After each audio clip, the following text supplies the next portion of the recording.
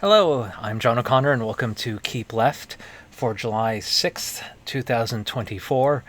Welcome to the podcast that looks at politics from the lefty perspective.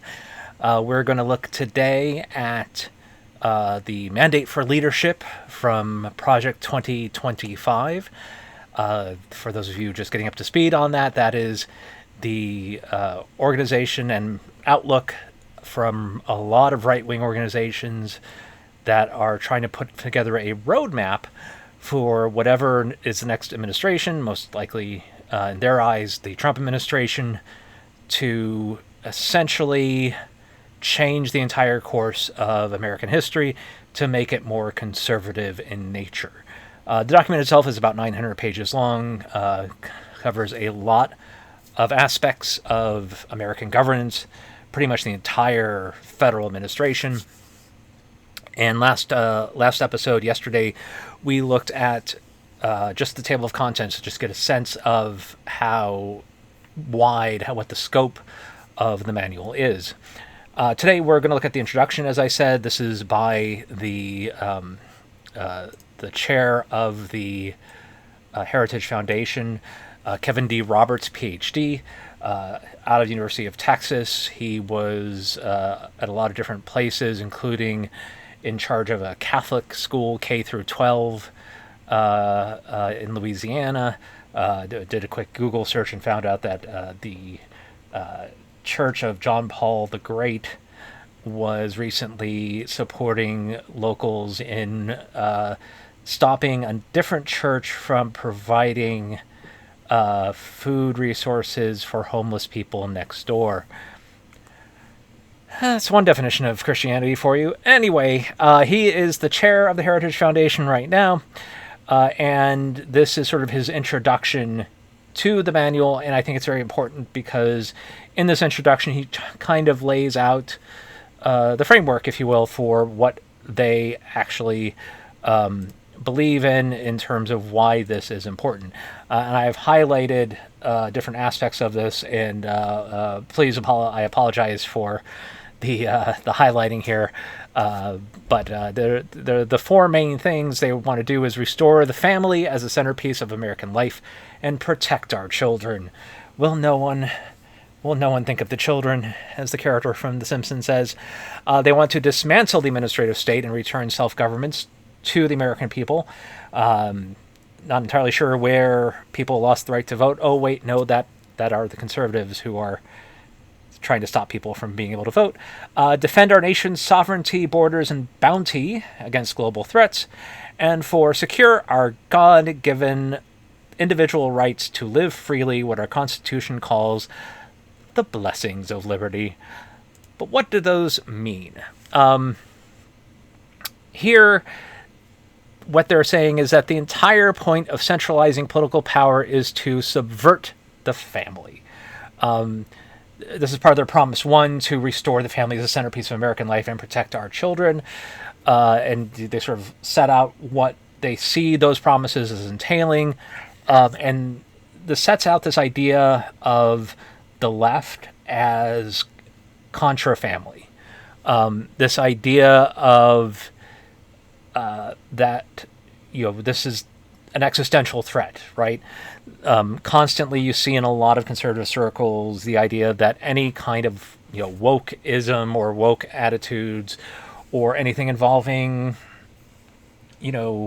accepting gay families or transgender rights or what have you, sex education, take your pick, is in some way an assault on the family. And you see a lot of that throughout this introduction. The entire point of centralizing political power is to subvert the family. Its purpose is to replace people's natural loves, and loyalties with unnatural ones.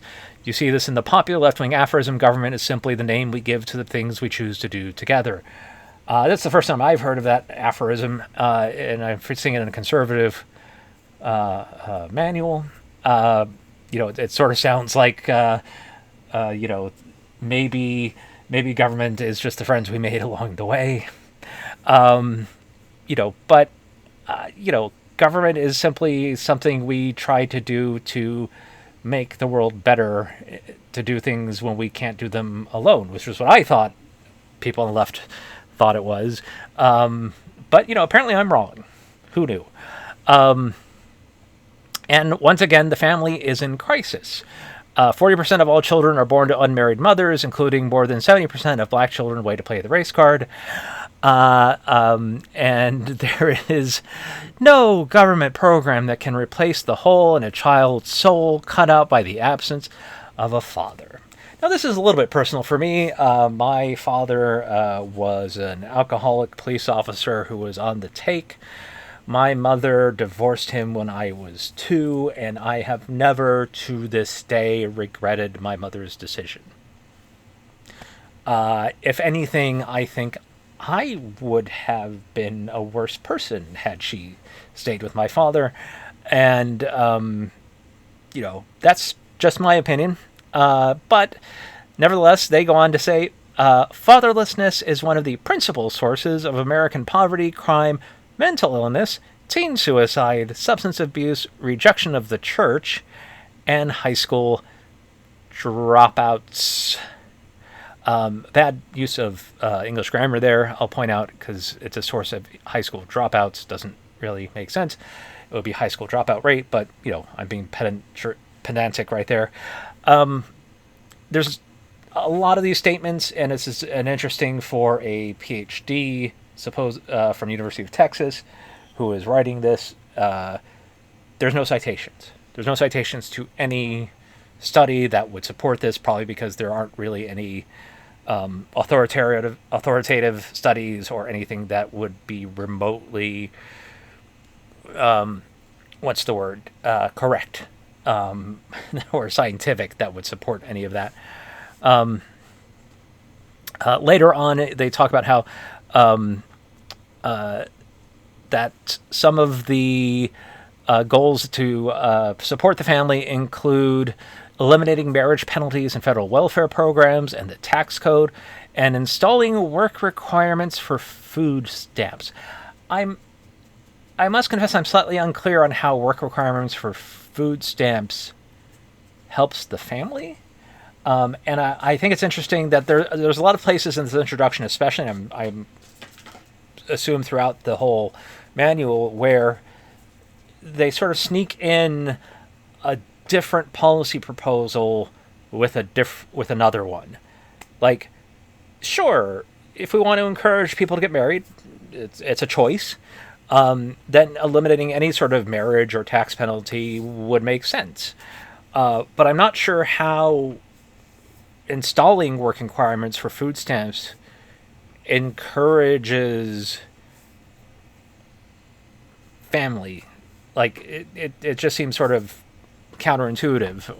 And then it says, but we must go further. It's time for policymakers to elevate family authority, formation, and cohesion as their top priority, and even use government power, including through the tax code, to restore the American family. This is definitely in tension with what they're seeking later on to diminish the role of government, and I think this is a contradiction that is often throughout any sort of right-wing mode or right-wing outlook for the American government, is this tension between we want the government off our backs, except when we want the government to do the things that are good for us. It's one rule for us, a different rule for them, constantly.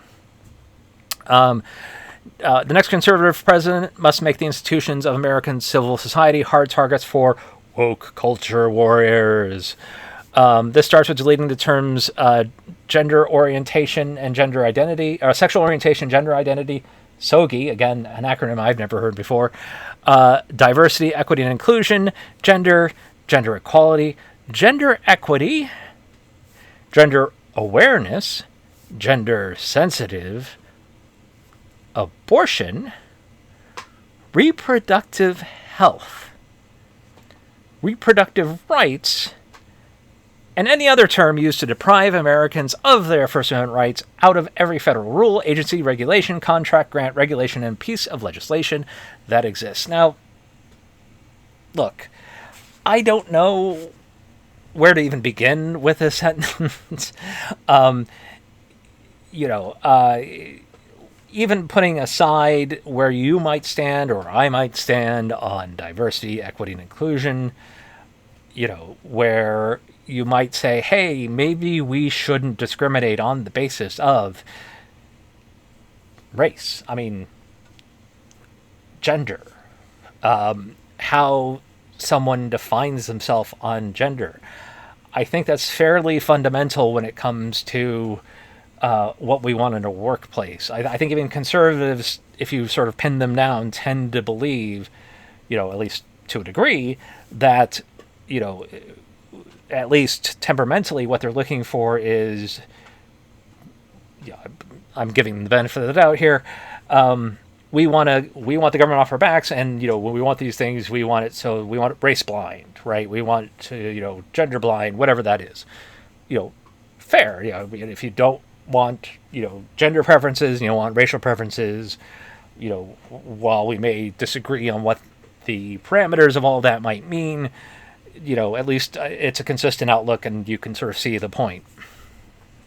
But to remove any consideration of racial discourse, the idea that you're removing this whole concept of that there might be some sort of racism and we should stop talking about it. Like that, if the regulation says, hey, by the way, you shouldn't be giving this thing away on a racial basis.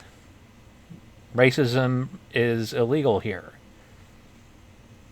Likewise, I also want to go into reproductive health, as if somehow reproductive health is a threat. I mean, the fact that women have had to fight for decades just to have any kind of reproductive health being recognized as something that needs to be treated is this is just sort of atrocious, and that alone should show the extent to which this is just a unholy crock. I feel, pardon the expression. Furthermore, as a threat to the family, speaking of the First Amendment, pornography manifested today in the omnipresent propagation of transgender ideology and sexualization of children, for instance. I wasn't aware that the propagation of transgender ideology was omnipresent. I can't remember the last time I saw someone transgender on the evening news, on Survivor, Amazing Race. What's the number one, any Avengers movie? Goodness. And while I entirely agree that sexualization of children is, should stop, I think if you go to a lot of, I think if you want to stop the sexualization of children, you should probably shut down some Christian churches first. Anyway, it's not a political Gordian knot inextricably binding up disparate claims about free speech, property rights, children's liberation, and child welfare. It has no claim to First Amendment protection. It does. It does. The Supreme Court has ruled that obscenity does not have First Amendment protection. Pornography does, and it's a fine line between the two. As long as there is some kind of limit to it, as long as there is some kind of, doesn't offend community standards, as long as there is some sort of sexual or artistic part of it, it just doesn't. Its purveyors are child predators and misogynistic exploiters of women. Look, if there are child predators, then they should be dealt with. If there are exploiters of women, then yes, also deal with them. But to then use that as to say, therefore, all pornography should be banned. Look, James Joyce's Ulysses was kept out of this country for years because it was considered pornography. It just isn't. And what is one person's pornography is another person's art. And the whole point of the First Amendment is to allow someone to enjoy what they see as art in the privacy of their own home. It doesn't, as long as it's not frightening the horses, as the old saying goes. Their product is as addictive as any illicit drug and as psychologically destructive as any crime. Citation needed. Citation needed. There is no citation. Pornography should be outlawed. The people who produce and distribute it should be imprisoned. Imprisoned. They're calling for imprisoning people who make pornography. Educators and public librarians who purvey it should be classed as registered sex offenders. So if you think Ulysses is pornography, as people once did less than a century ago, or about a century ago, and you assign it in your high school class, a little advanced, I agree, but still theoretically possible, that honors class English teacher should be thrown in jail. Great. Or the public library. If I want to check out Ulysses by James Joyce, that librarian should be thrown in jail. And telecommunications and technology firms that facilitate its spread should be shuttered. Now, look, I've got a lot of problems with Jeff Bezos, but if he sells me a copy of Ulysses by James Joyce, or if he sells me Tom Hardy or The Pearl or any number of Marquis de Sade books, I don't think he should go to jail. I think I need to revisit the books that I want to order, but nevertheless, parents' rights. This is usually when we talk about parents' rights in a conservative context, typically what they're talking about is that parents control. This idea that children are doing things that parents don't know about. And typically, that is usually in the context of gender identity. This idea that children might be adopting different names when they go to school, different pronouns, what have you. And the idea is that if that happens, or that students should not be learning things that their parents don't know about, or alternatively that parents should be controlling what their children find out about. And the problem with that is there's no intrinsic problem with that in and of itself, except insofar as twofold. One is if you are to go too far down that road, what you're preventing is students from being able to report sexual abuse. You're preventing students from being able to trust teachers when parents fail them. You're preventing, if you stop sexual education in schools, you prevent children from being able to understand what is happening to them. One of the ways to prevent child abuse is to educate children, so they can understand that what might be happening to them is wrong. And I would argue that it's no accident that the same Christian churches that seem to have a child abuse problem with their preachers are the same churches that are arguing to shut down sex education in schools. Nevertheless, parents' rights as their children's primary educators should be non-negotiable in American schools. States, cities, counties, school boards, union bosses. I'm not sure how union bosses get thrown in there, but it's a conservative organization. They want to do that. Principals and teachers who disagree should be immediately cut off from federal funds. Now, it always makes me laugh when a group like the Heritage Foundation talks about federal control over what is usually a locally sourced control. School boards are and historically have always been locally controlled. Just as a side note about the Heritage Foundation were always right-wing policy wonks, but they were policy wonks. They were the people behind what ultimately came to be called Obamacare. That was their idea. That was their proposal, their counter-proposal for Clinton's idea back in the 90s. And it got implemented by Romney in Massachusetts, And Obama said, "Hey, let's implement it across the country." And Heritage Foundation has just continually moved to the right and continually moved to the right. And this is what we get, which is, hey, we need more federal control over schools.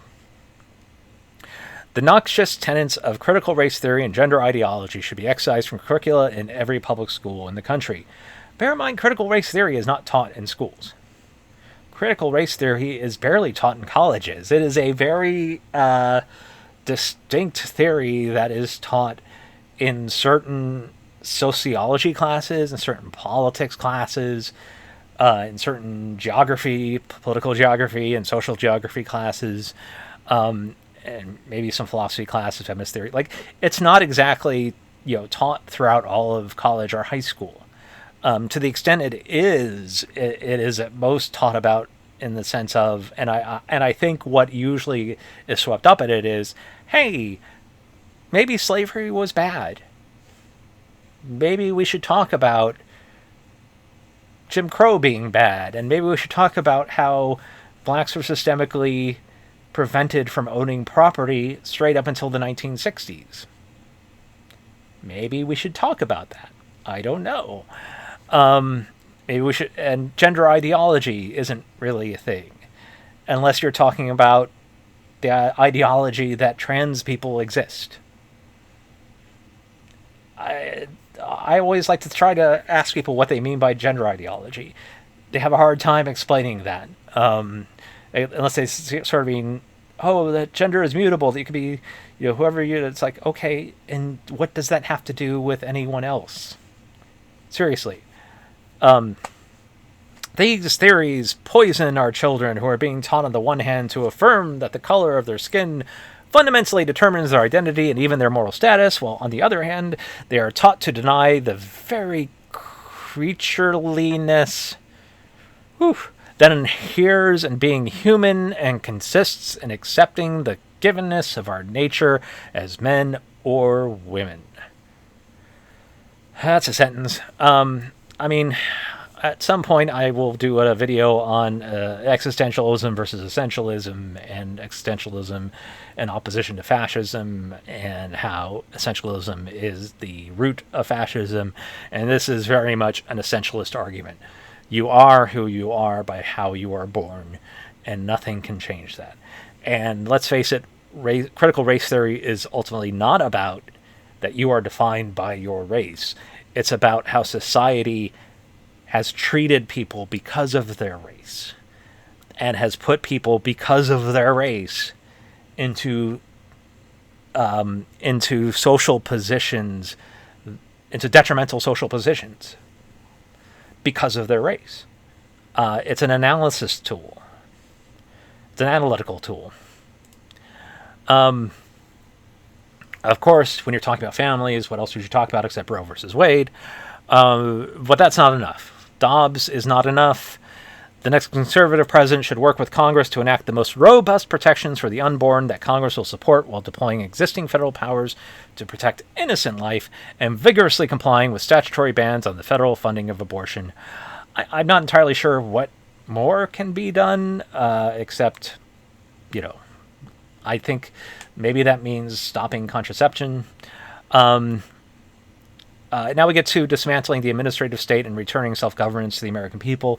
Now, I think you can make the argument that the administrative state is too large and that there is not enough accountability with respect to the administrative state and rulemaking. And I think that's an honest argument to have. I think, however, and so you can make the argument that those sort of rulemaking, that rulemaking like that should be done in a more open way. Although all rules are publicly published, all rules have public comment period. Anyone in the country can comment on a rule before they're imposed, and anyone with rulemaking authority is appointed by someone who was elected. And that might not be enough for some people, and I think that you can have a good faith argument on that. I would also say that maybe you can make the argument that we should have a constitutional amendment authorizing an administrative state. I can see that argument too, But what I don't think you can say is that, like, do we not live in a society, in a point in history, where the world is so complicated that do we not need an administrative state? Do we not need a bureaucracy to deal with the thousands and thousands of different things that happen? Because I'd rather have one system than 50 or 51. However, they want to dismantle the administrative state because the surest way to put the federal government back to work for the American people is to reduce its size and scope back to something resembling the original constitutional intent. Constitutional, not capitalized, very interesting.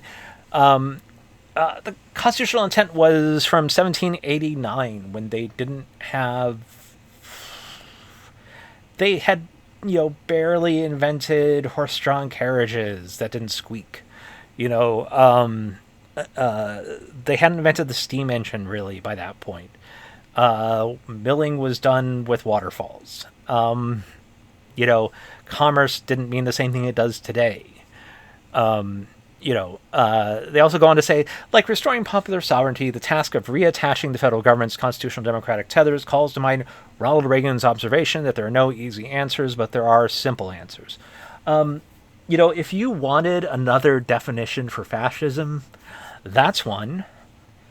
There are no easy answers, but there are simple answers. That's a definition for fascism right there, folks. I don't want to touch on all of these, but they go through different ways that bureaucrats at different federal departments have been pursuing quote-unquote woke agendas. Let's not get into that, but just understand that to them, the entire bureaucratic administrative state of affairs is for wokeness. Members of Congress shield themselves from constitutional accountability, often when the White House allows them to get away with it. Cultural institutions like public libraries and public health agencies are only as independent from public accountability as elected officials and voters permit. Let's bear in mind, now again, they're conflating two separate things here, right? This is a document that is supposed to be about the federal government. Excuse me. But public libraries and public health agencies are almost all state and local run. Nothing to do with Congress. And if you want to have a say in how your public library is run, show up to board meetings. If you want to have a say in how public health agencies are run, write a letter to your state legislature or show up, if you can, to their open meetings. That's how this is supposed to work. The most egregious regulations promulgated by the current administration come from one place, the Oval Office. They don't really. Regulations come from agencies. There are appointments made by the president, but, and the president can presumably replace them depending on the agency. And there are executive orders. Those are different. And different executive orders don't really... Executive orders have a weird constitutional background that we don't have the space or time or energy to get into. But apparently they find them a threat, even though Trump issued far more than Biden ever had. So there are the manual here sets out tools to fight the administrative state, to fire supposedly unfireable federal bureaucrats, to shutter wasteful and corrupt bureaus and offices, to muzzle woke propaganda at every level of government, to restore the American people's constitutional authority over the administrative state, and how to save untold taxpayer dollars in the process. Also, the conservative president must end the left's social experimentation with the military, restore war fighting as its sole mission, and set defeating the threat of the Chinese Communist Party as its highest priority. Now, what they're getting at there is the idea that the military has been open to letting people who are not straight white guys into the army. That they're willing to pay for people who want to be trans or who are trans have their medicines. Look, if someone is trans and needs their medicine to stay trans and they're otherwise able to fulfill their responsibilities as a soldier, let them have their the hormones. If there's a woman soldier who has endometriosis and needs the pills to prevent the pain from endometriosis, give her the pills. If a guy has some sort of kidney disease that needs some pills to abate it, give him the pills. I don't really see the differences between those things. And it's none of our business. What I also find interesting is that throughout this introduction, the main global threat they see is the Chinese Communist Party. Nothing about Russia. Absolutely nothing about Russia. Promise 3, to defend our nation's sovereignty, borders, and bounty against global threats. The United States belongs to we the people. All government authority derives from the consent of its people, and our nation's success derives from the character of its people. All right. Let's see where we go with it. Oh, alrighty, we're on to progressive elites. Isn't it nice to be part of the progressive elites? Apparently, we speak in lofty terms of openness, progress, expertise, cooperation. Oh, buzzword, globalization. We're too Jewish, apparently, but too often these terms we are just rhetorical Trojan horses, concealing the true intention, stripping we the people of our constitutional authority over our country's future.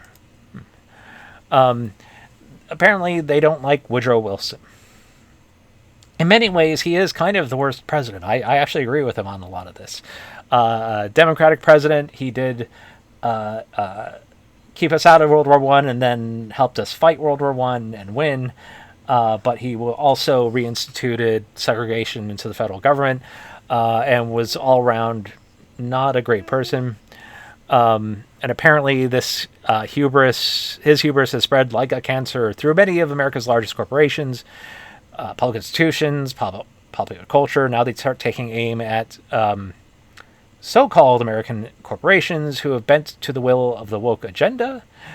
Today, nearly every top-tier U.S. university president or Wall Street hedge fund manager has more in common with a socialist European head of state than with the parents in a high school football game in Waco, Texas. I kind of, no offense to the people at a high school football game in Waco, Texas. I'm sure they're, very nice people, but I kind of hope they're different. I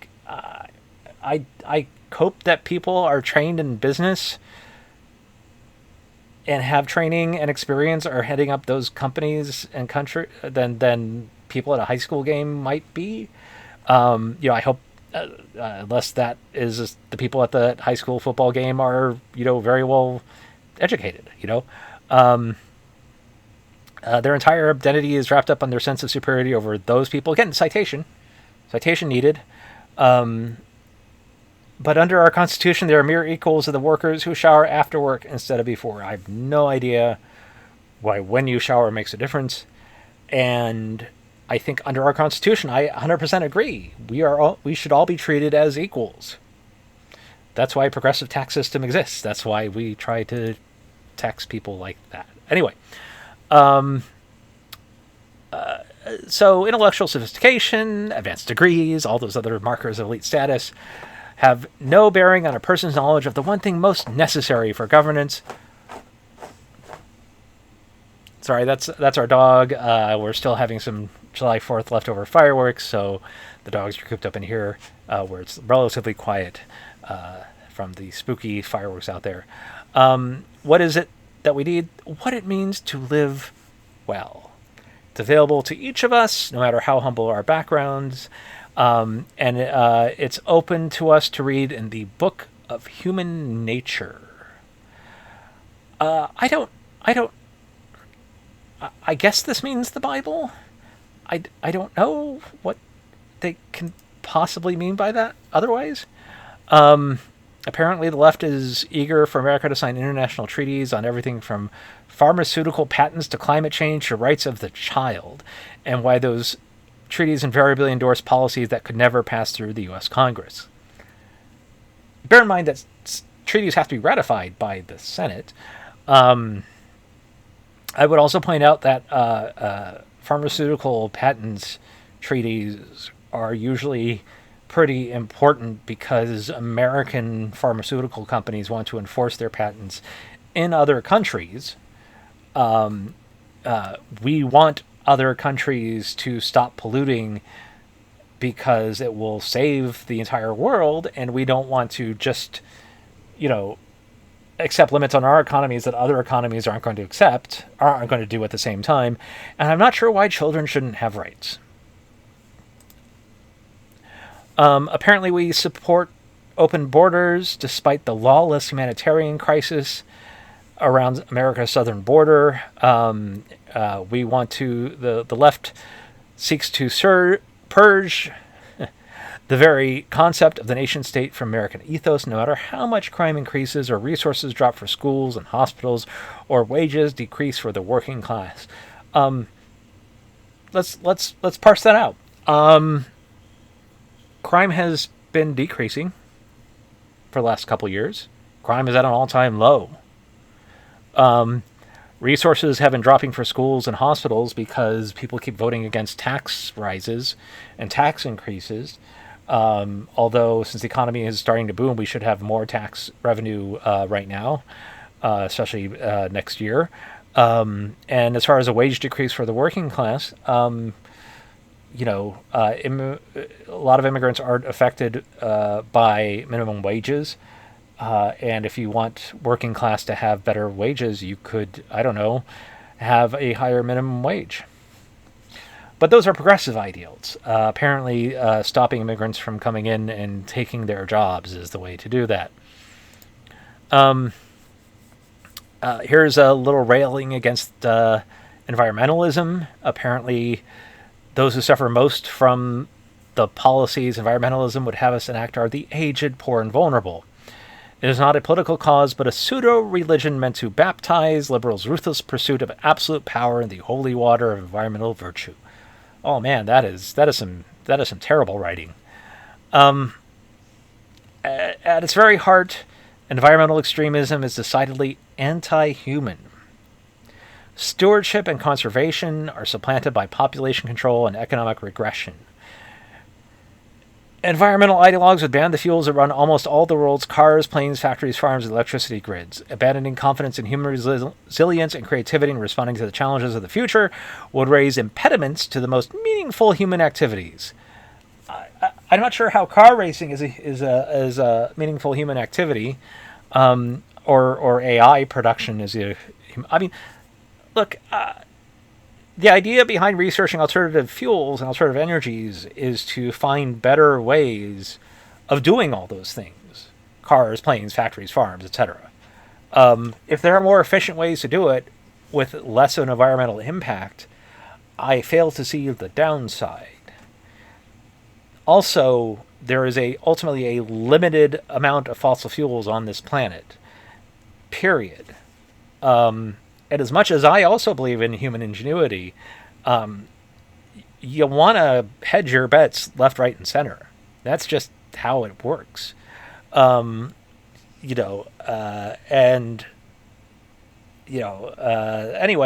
apparently we would stand human affairs on our head, regarding human activity itself as fundamentally a threat to be sacrificed to the God of nature.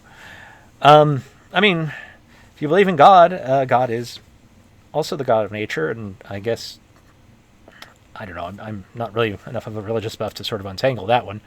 But apparently there are not many issues, but two. According to this introduction, China is a totalitarian enemy of the U.S. and not a strategic partner or fair competitor. And two, America's elites have betrayed the American people. So we've got this boogeyman of China on the outside and enemies within on the inside. And that there are elites within trying to destroy America. These are very similar, frankly, to arguments made in pre-Nazi Germany. Only then it was the Westerners, England and France are our enemy without, and those damn, those Jewish people are the enemies within. Those elites have betrayed the American people. So what would the solution be to China and the elites? Not to tinker, or to replace this or that bureaucrat. We resolve them not by trimming and reshaping the leaves, but by ripping out the trees, root and branch. Promise number 4, secure our God-given individual right to enjoy the blessings of liberty. And let's watch how they sort of rewrite the Declaration of Independence. We're Declaration of Independence, all men are created equal, endowed with the rights of life, liberty, and the pursuit of happiness. But the pursuit of happiness is central to America's heroic experiment in self-government. But pursuit of happiness actually means pursuit of blessedness. Not sure where they get that. Again, citation needed. And that this pursuit of the good life is found primarily in family, marriage, children, Thanksgiving dinners, and the like. Thanksgiving dinners, by the way, didn't start up until the 1860s, didn't really get connected to the Pilgrims until even after that. It was a special thing put aside by Abraham Lincoln during the Civil War. There is no such thing as the government. There are just people who work for the government and wield its power, and who, at almost every opportunity, wield it to serve themselves first and everyone else just second. This is not a failing of one nation or socialist party, but inherent in human nature. So we want to, at the same time, return government to the people, except that the people just want to serve themselves first. So we don't want those people, we want our people to be in charge. Who might those people be? Why is our people better than those people? I think that's something we'll find out as we go through this. And then one final note. Today, in addition to the problem of big tech censorship, we see speakers at universities shouted down, parents investigated and arrested for attempting to speak at school board meetings, and donors to conservative causes harassed and intimidated. The next conservative president must defend our First Amendment rights. Bear in mind that except for people who might be arrested trying to speak at school board meetings, none of those are First Amendment issues. None of those are First Amendment issues. First Amendment is government censorship. If someone is arrested for attempting to speak at a school board meeting, that is a First Amendment issue, right? That's the government trying to prevent you. Now, maybe that's because you're overstepping your time limit and you refuse to give up the lectern. Maybe that's because you were inciting a riot, or maybe they didn't like what you said, in which case, yeah, that is plainly a First Amendment issue. But shouting down speakers at universities, that's heckler's veto, as they say. Donors to conservative causes, donors to liberal causes get harassed and intimidated. Liberal people get harassed all the time. It's not anything specific to our friends here on the right. Regardless, what I hope I've shown by just going through this introduction is that this is, to me anyway, it's very much a roadmap for a weird kind of fascism almost. And I think we'll see that as we go through this more and more, just how out of step with what we think of America it truly is. And it's just plainly frightening that an organization that was once known as a policy wonk institution has become this just terrible pseudo or proto-fascist organization. Anyway, thank you so much for listening to all of this. Keep calm, keep fighting, and as always, keep left.